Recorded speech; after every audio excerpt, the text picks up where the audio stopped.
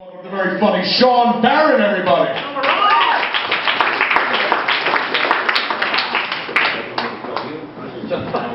Thank you, Scully.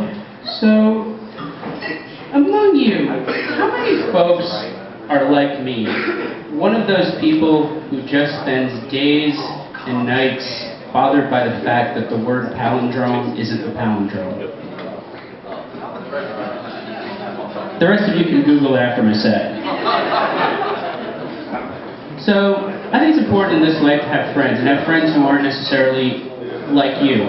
I'm heterosexual, but I have a couple of gay friends, and one of my gay friends, Michael, came up to me the other day, and he announced that they had changed the initialism. Now, the gay community uses the initialism currently LGBTQ, which stands for lesbian, gay, bisexual, transgender, and questioning, which is appropriate because I don't know what that means.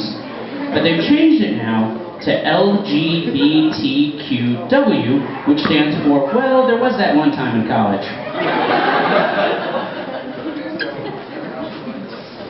But lots of people have different orientations, and I don't think you should judge people if they love someone different than you. I mean, some people are heterosexual, some people are homosexual, some people are bisexual. A friend of mine, David, he constantly tells me that he's uncontrollably bisexual. He just can't stop going to prostitutes.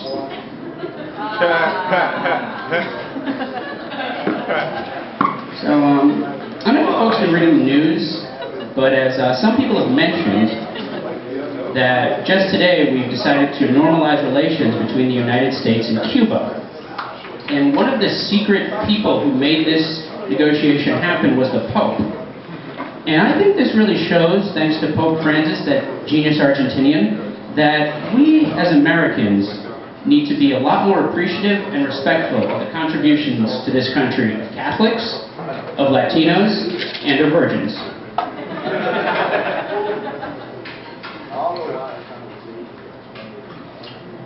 So I was traveling recently, a few months ago. I visited the city of Lexington, Kentucky to see some friends, and while I was there I read a newspaper that had a story coming out of Louisville, Kentucky.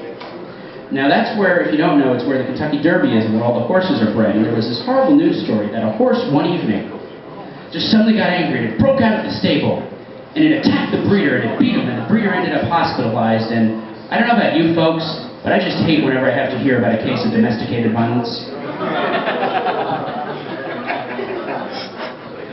So, I'm just going to leave you with one question.